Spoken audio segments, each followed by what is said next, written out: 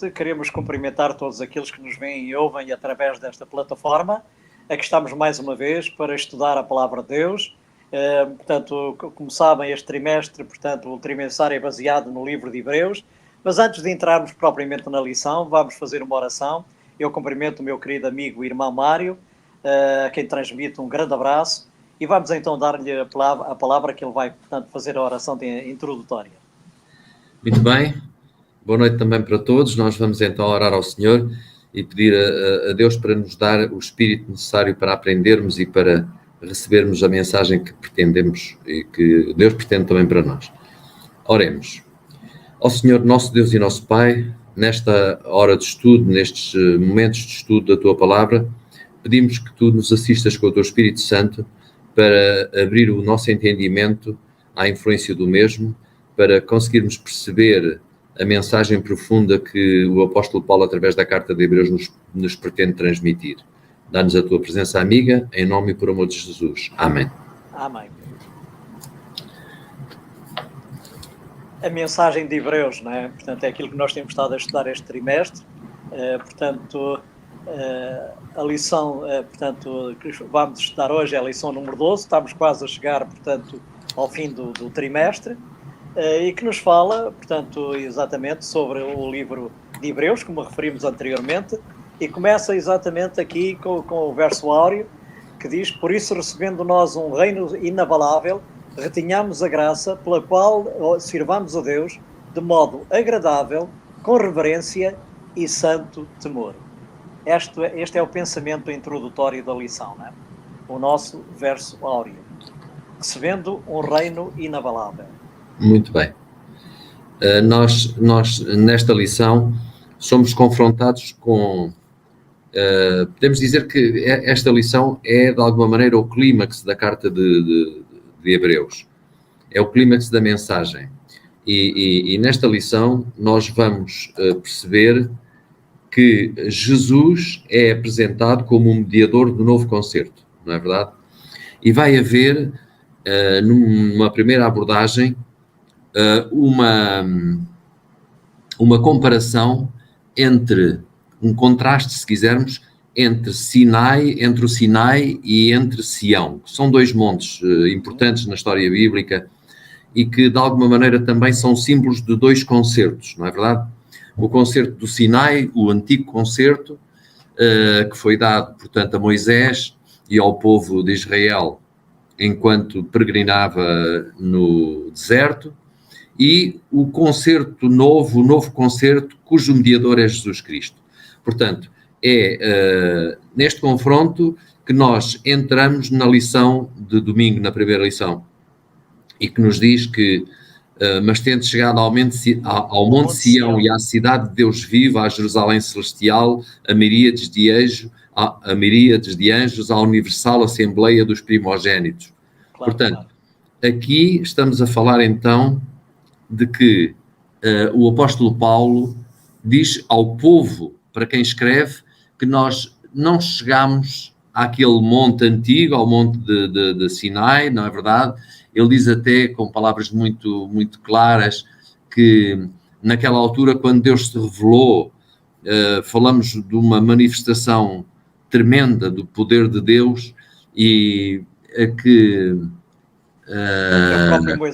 Até o próprio Moisés ficou assombrado. Assombrado, exatamente. Temeu a presença de Deus. A presença de Deus sentia-se de uma forma impressionante. Era qualquer coisa que havia um tremor de terra, verdadeiro. O monte tremia, fumegava. E então, digamos que as forças da natureza se manifestavam e o poder de Deus é exatamente assim, não é verdade? Claro. E isso era tremendo, era qualquer coisa, até aquela expressão, se um animal tocasse no monte, não é? Ele seria apedrejado de tal maneira, aquele monte era santo, não é verdade? Claro, era sagrado, claro. Muito bem. E depois temos o contraste deste monte com o Monte Sião. E é, no fundo, a lição de hoje vai exatamente no capítulo 12, do verso 19 ao verso 29, que nós vamos agora desenvolver, mas começa exatamente com com este contraste, não é? Claro. E fazendo um paralelo exatamente entre estes dois montes, quando Deus se manifestou daquela forma extraordinária no Monte Sinai, o povo retirou-se, o povo ficou terrorizado, afastou-se, né? Fugiu. Portanto, aqui somos convidados a chegar exatamente ao Monte Sião, não é? Portanto, Exatamente. enquanto que o povo se afastou do Monte Sinai, nós somos convidados a aproximar-nos, portanto, do Monte Sião, porque é lá que nos reuniremos com o nosso Deus, não é? Portanto, é lá que está, portanto, enfim, o trono de Deus, a Nova Jerusalém, a cidade celestial. Exatamente. O apóstolo Paulo começa por dizer que nós não chegamos, portanto, àquele monte antigo, não chegamos a esse monte, não. Claro. Ele diz, na verdade, tendo chegado ao Monte Sião e à cidade de Deus viva, Jerusalém celestial, não é verdade? À igreja dos primogénitos arrolados no céu e a Deus, o juiz de todos. Portanto, vai falar-se aqui de Deus como juiz. Vai-se falar também que nós não somos convidados, isto é, nós aqui não estamos como convidados, mas estamos mais do que, somos cidadãos, não é verdade? Somos, representamos o espírito dos justos aperfeiçoados, é o que diz o texto, claro, não é verdade? Claro. O apóstolo Paulo é muito rico nestas expressões, que são expressões muito profundas, quer dizer, que exigem e que muitas vezes dão asa até inclusivamente a interpretações um bocadinho dúbias, mas ele diz-nos que nós não somos, portanto, convidados, mas somos cidadãos, e isto é uma expressão de linguagem, como diz o texto do autor da lição, não é verdade? Em que ele fala da expressão do nosso Pai espiritual, o Pai dos Espíritos, que se refere a Deus como Deus Pai, não é? Exatamente. Que é o Pai espiritual de todos nós, exatamente. Não é verdade? Deus é Espírito, exatamente. E aqui, este texto, o autor pergunta o que é que Paulo está, de facto, verdadeiramente a descrever aqui. Ele aqui descreve a reunião festiva que teve lugar no céu quando Jesus ascendeu ao céu. Quer dizer, quando Jesus ascendeu ao céu, portanto, isto vai ser descrito pelo apóstolo Paulo desta maneira, não é verdade? Claro. E a lição refere aqui, já agora, desculpa Mário, só portanto, um parênteses, a lição refere aqui exatamente que esta reunião festiva celebrava a inauguração do governo real de Jesus, celebrava também o seu ministério sacerdotal e, em terceiro lugar, a inauguração do novo concerto. Exatamente. Portanto, nós estamos que Deus recebe Jesus como seu filho na função do novo mediador, do novo concerto. Não é verdade? É aqui que, quando Jesus sobe ao céu, até acontecer a morte vindicatória, a morte representativa da solução do pecado por Cristo na cruz, quando isso acontece e quando Jesus ressuscita e vai ao céu, é nesta altura, quando chega ao céu, não é verdade, que ele é entronizado como nosso sumo sacerdote, como nosso mediador do novo concerto. Claro. É isso mesmo. Portanto, o Monte Sião também foi o lugar onde Jesus foi nomeado sacerdote para sempre. Exatamente. Sacerdote para sempre, não é? Muito ele bem. Será sempre o nosso sumo sacerdote. Eu há pouco disse que nós somos cidadãos de direito nesse reino de sacerdote, nesse reino celestial, mas não pelos nossos méritos, unicamente pelos méritos de Cristo, não é? Exatamente. O nosso direito está apenas nos méritos de Cristo e não nos nossos. Exato. Nós só somos cidadãos desse reino se aceitarmos pela fé o sacrifício de Cristo na cruz no nosso lugar. Claro. Portanto, Cristo morreu porque nós deveríamos ter morrido no seu lugar, e a sua morte é uma morte substitutiva, não é verdade? É uma morte no nosso lugar, é a morte que desde sempre foi apontada através dos cordeiros, através dos sacrifícios, para aquele que havia de vir, o sacrifício perfeito, o Cordeiro de Deus que tira os pecados do mundo, que é Jesus Cristo. Exatamente muito isso bem. Que disse João Batista quando viu Jesus, não é? Eis o Cordeiro de Deus que tira o pecado do mundo, não é? Apenas pelos seus méritos e unicamente pelos seus méritos nós somos salvos. Porque as nossas boas obras, as nossas justiças são como trapos de imundícia, como diz Exatamente. A palavra de Deus, não é? Portanto, e depois a lição continua falando aqui de Deus como juiz, não é? Como juiz. Parece um contrassenso, não é? É verdade. Festa, um momento festivo e um juiz. Um juiz numa festa. Numa festa, exatamente. Mas, portanto, nós compreendemos exatamente que não há razão para ter medo deste juiz, não é? Porque ele é juiz, mas ao mesmo tempo é também o nosso advogado. Porque nós temos que perceber o seguinte, muitas vezes fala-se, quando nós falamos do chamado juízo, antigamente chamava-se, enfim, investigativo, que era um termo ainda mais temeroso, digamos. Parece que Deus tinha prazer em andar a investigar os nossos pecados, andar a investigar as nossas falhas, não é verdade, para as apontar. Mas não, de facto Deus não faz isso. Quem é o nosso acusador é o diabo, não é verdade? O inimigo é que é o nosso acusador. E Deus põe-se numa posição de juiz, certo, mas nós sabemos que temos a salvação. Isto é, nós temos garantida a salvação se aceitarmos os méritos de Cristo. Por isso, este juízo é, de alguma maneira, como é que eu ia dizer, um passaporte para a nossa salvação, não é verdade? Porque nós temos garantida a vitória nos méritos de Cristo, não nos nossos méritos. O que é que temos que fazer é aceitar exatamente o seu sacrifício, não é verdade? E, portanto, a partir daí, o juízo de Deus, o juízo pré-advento, é um juízo que nos habilita, que nos dá, digamos, o documento, o passaporte, salvos. Digamos, o salvo-conduto, digamos assim. O salvo-conduto para a vida eterna. É exatamente isso. Não há razão para ter medo deste juízo, não é? Porque quando falamos, quando se fala em tribunal, julgamento, juiz, portanto, nós associamos isto sempre a uma atitude de algum receio, não é? Porque, enfim, neste mundo, nesta terra, é assim, não é? Mas neste caso nós não temos, enfim, razões para recear este julgamento, este juízo de Deus, porque nós sabemos exatamente qual é o desfecho desta história, não é? Nós somos pecadores, o inimigo acusa-nos, mas os nossos pecados são, portanto, perdoados se nós nos arrependermos e aceitarmos Jesus como nosso Salvador pessoal. Os nossos pecados serão perdoados e Deus olha para nós como se nunca tivéssemos pecado, não é? Portanto, não há razão para ter medo deste julgamento, porque temos um advogado que, portanto, viveu a vida terrena como nós vivemos, passou, portanto, pelas mesmas dificuldades que nós passamos, foi tentado como nós e venceu, e ele compreende perfeitamente a nossa situação e as nossas debilidades, não é? Exatamente. O texto que nós podemos ir encontrar também da importância deste juízo vem do Velho Testamento, do livro de Daniel, do capítulo 7, verso 9, na verdade, em que fala do ancião de dias que se assentou no trono, para quê? Para o juízo, não é verdade? E depois há uma descrição muito completa deste ancião de dias, que é Deus Pai, não é verdade? Que é o juiz, não é verdade?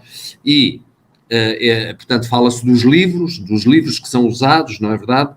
E o resultado deste julgamento a partir dos livros é que o povo de Deus recebe o reino. Portanto, digamos que, mais uma vez, o julgamento é necessário para que, perante o universo, não é verdade, Deus justifique, digamos, a sua situação de Deus libertador, não é verdade? É mais um juízo em que é ofertada a nossa salvação e é mostrado ao universo todo que Deus, apesar de ser justo, é um Deus que pratica a justiça, sim, mas também um Deus de amor. Claro, sem dúvida, né? A misericórdia, portanto, e a justiça de Deus serão vindicadas, portanto, neste juízo, né? Portanto, todo o universo não pode ficar com dúvidas acerca da justiça de Deus e, enfim, da forma como ele lidou com o pecado. Portanto, este juízo é necessário, não é? Exatamente. Não para tirar dúvidas a Deus, porque Deus sabe tudo, não é? Exatamente. Mas para que não haja dúvidas em todo o universo. Em todo o universo. Acerca da sua justiça. Há um texto, desculpa, Carlos, há um texto que diz que tudo bem. Este julgamento é realmente uma boa notícia para os crentes, porque é o julgamento que decide em seu favor, justifica-os. É um julgamento que derrota o adversário deles, o dragão, que está por detrás dos tais terríveis animais que perseguiram os crentes no passado, não é? Os tais animais de Daniel 7, sim, e que voltarão a fazê-lo no futuro em Apocalipse também, não é? A descrição do juízo está presente quer em Daniel, quer em Apocalipse, não é verdade? Portanto, e nós pregamos este juízo pré-advento, exatamente porque é um juízo bíblico, é um juízo que nos vindica a salvação e que nos traz a salvação. Claro, sem dúvida. Portanto, depois, na continuação, portanto... A lição fala sobre abalar os céus e a terra, não é? Exatamente. Abalar os céus e a terra. Ele vai abalar ainda uma vez, não apenas a terra, mas também o céu. Portanto, o que é que isto significa? Porque, o que é que Paulo queria significar exatamente com esta expressão no livro de Hebreus? de Hebreus, capítulo 12, versículo 26. Não, porque quando a terra é abalada, Paulo está a dizer que, embora Jesus tenha chegado ao céu e tenha sido entronizado no céu, não é verdade? A nossa salvação não está consumada, não é?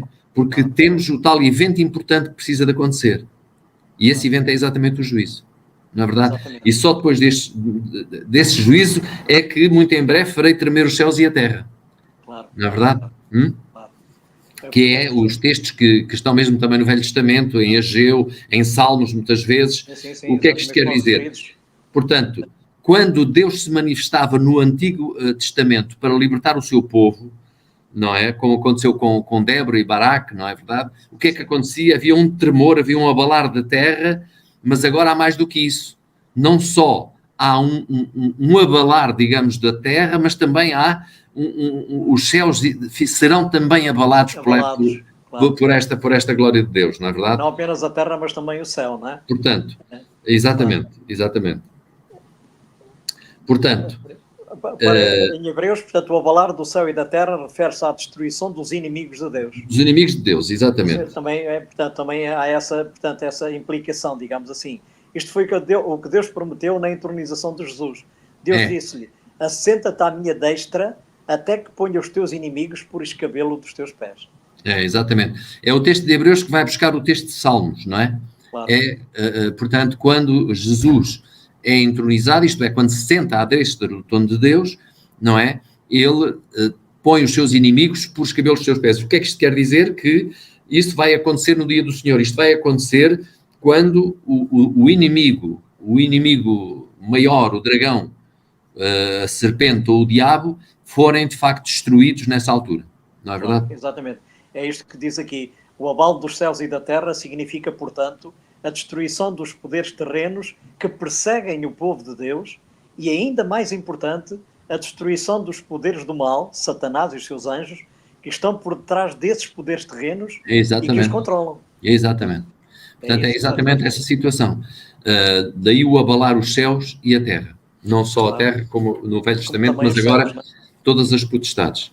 Claro. Muito bem. E depois disso vai-se estabelecer um reino que esse sim inabalável. Será inabalável. Claro. Que contrasta exatamente com enfim, os elementos que serão abalados, a terra e o céu, né? Exatamente. Um reino inabalável. Um reino inabalável e os justos serão também inabaláveis, né? Portanto, os há um salmo, serão... há um salmo muito, muito interessante, não é? O Salmo 16:18, em que o salmista diz que com o Senhor à minha direita não serei abalado. Não é verdade? É isso. É muito interessante. Exatamente. É muito interessante. Não serei abalado. Os justos não serão abalados, não é? Portanto, podemos sofrer, portanto, enfim, enfim, variados tipos de situações desagradáveis, podemos ser perseguidos, podemos ser tentados, podemos ter dificuldades e perplexidades, mas não seremos abatados. E isto recorda-nos um pouco aquela história, aquela parábola que Jesus contou, aqueles dois homens constroem, portanto, uma casa, não é? Exato. Um constrói a casa sobre a areia, outro constrói a casa sobre a rocha. O que constrói a casa sobre a rocha fica inabalável. Vêm os ventos, vêm as tempestades, mas ele permanece inabalável. Não é destruído. Enquanto que aquele que constrói a casa sobre a areia, portanto, vêm os ventos e as tempestades e a casa cai, não é?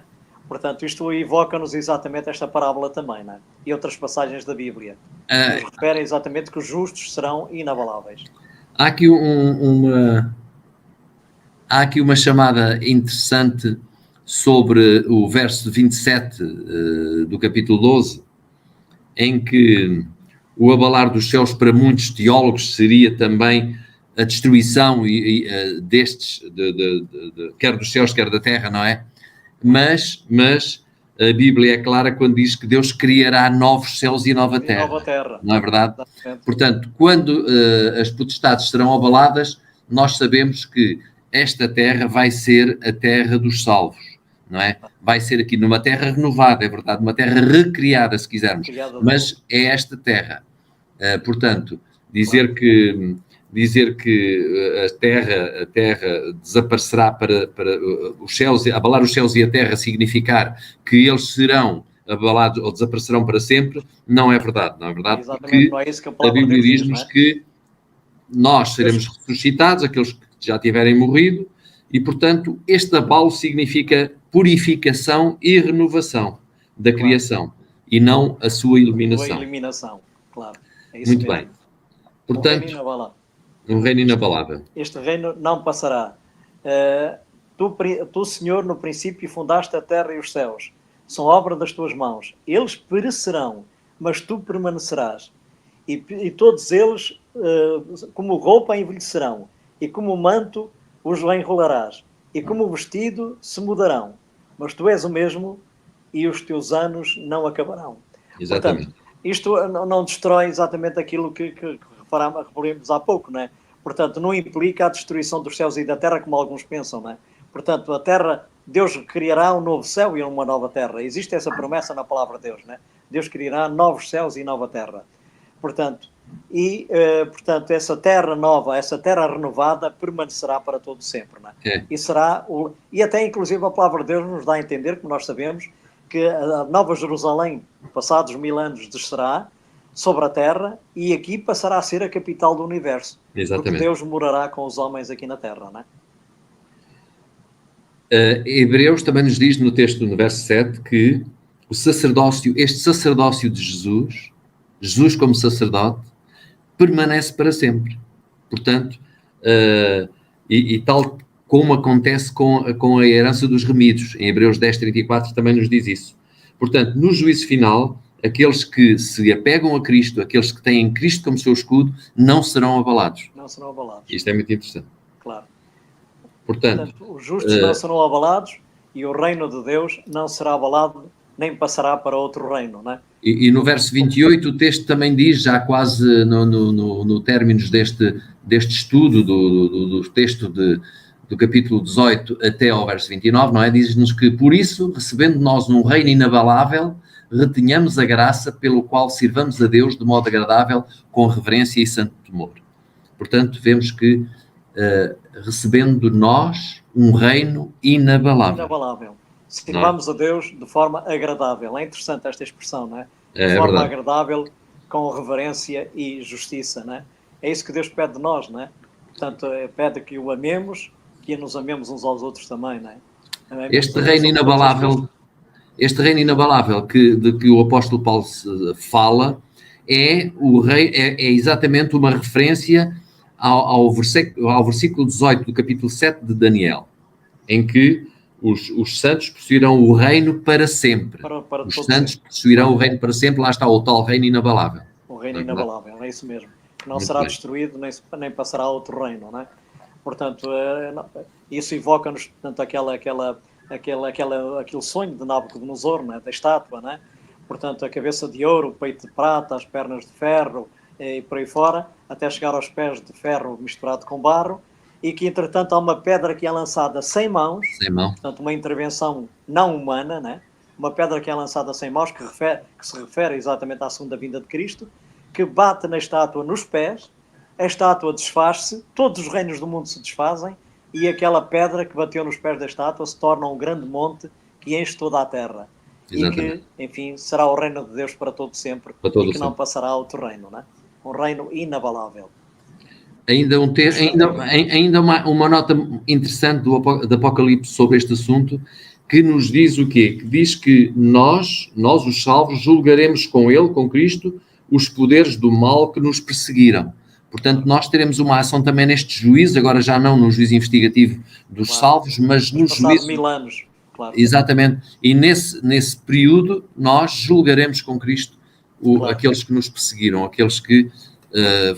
enfim, que são gentios, na verdade, aqueles que não aceitaram Cristo. Não aceitaram Cristo como seu Salvador. Depois do milénio, exatamente, já estaremos no céu.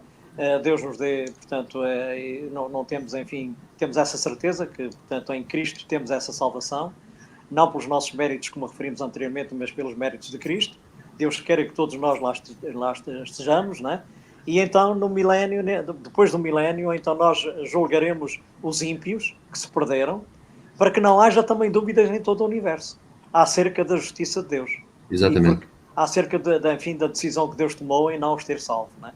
Portanto, nós teremos a oportunidade durante esse milénio, depois desse milénio, ou durante o milénio no céu, peço desculpa, depois da vinda de Cristo, durante o milénio no céu, antes da descida da Nova Jerusalém, nós temos a oportunidade exatamente de participar nesse juízo, no juízo dos ímpios, para que não restem dúvidas acerca da justiça de Deus.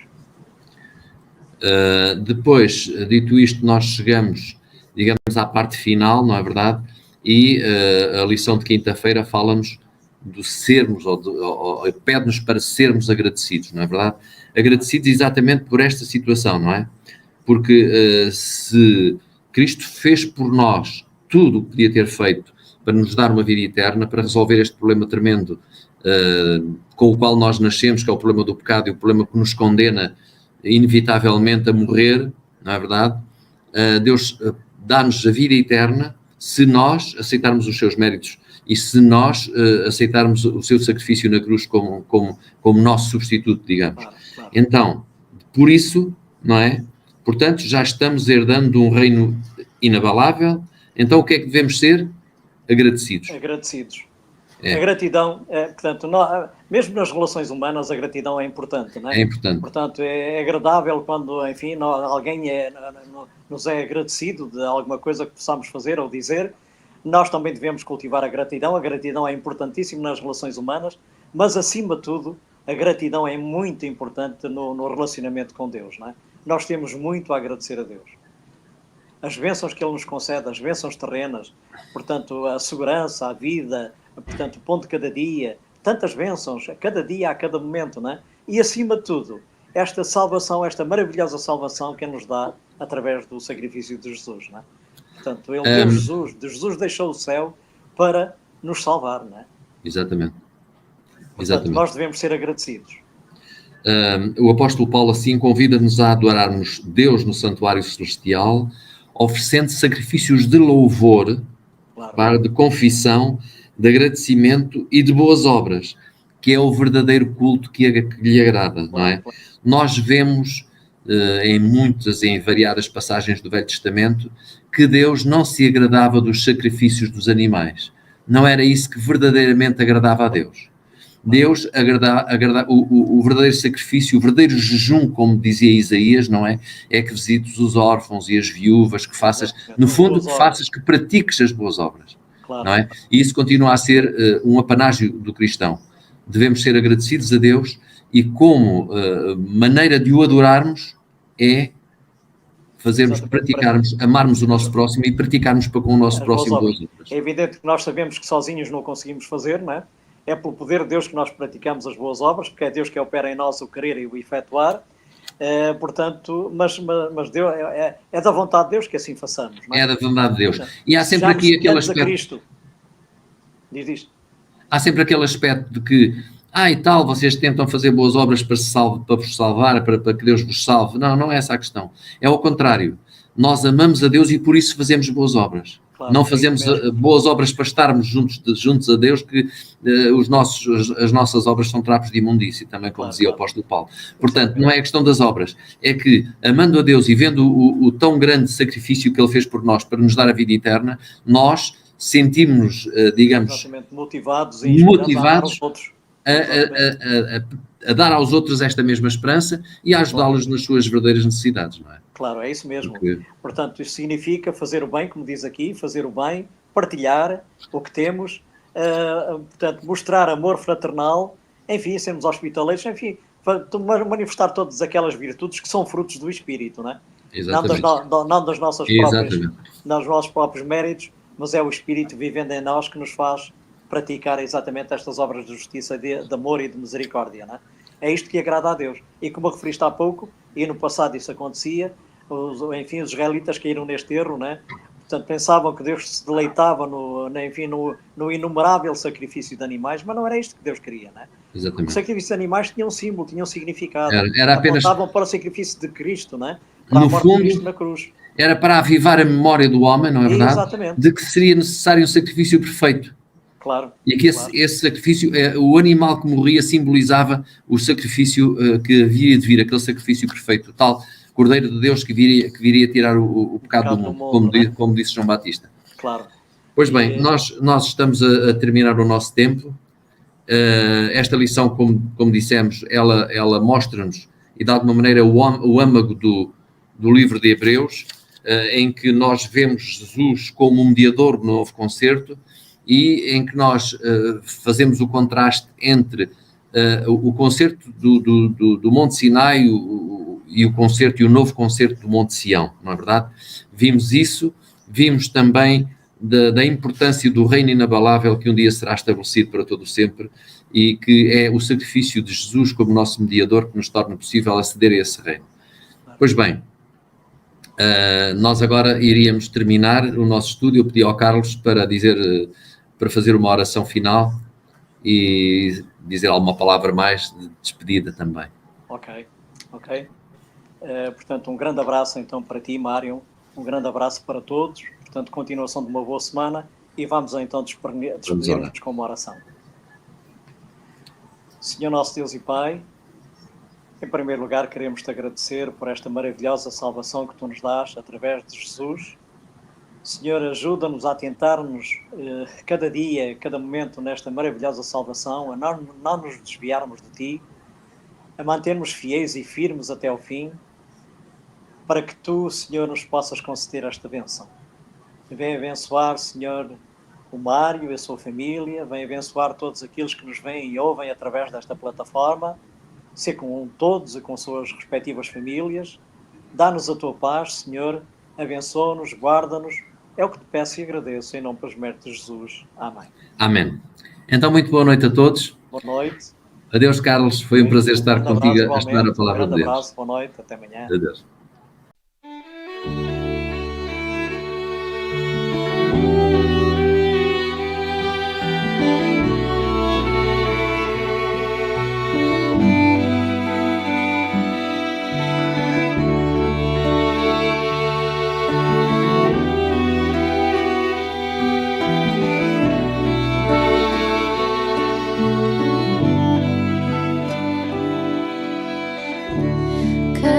São quebradas, pois vieste para libertar o coração ferido.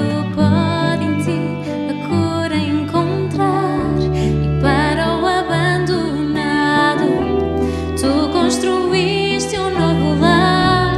Ninguém está esquecido, vieste ao mundo nos alcançar.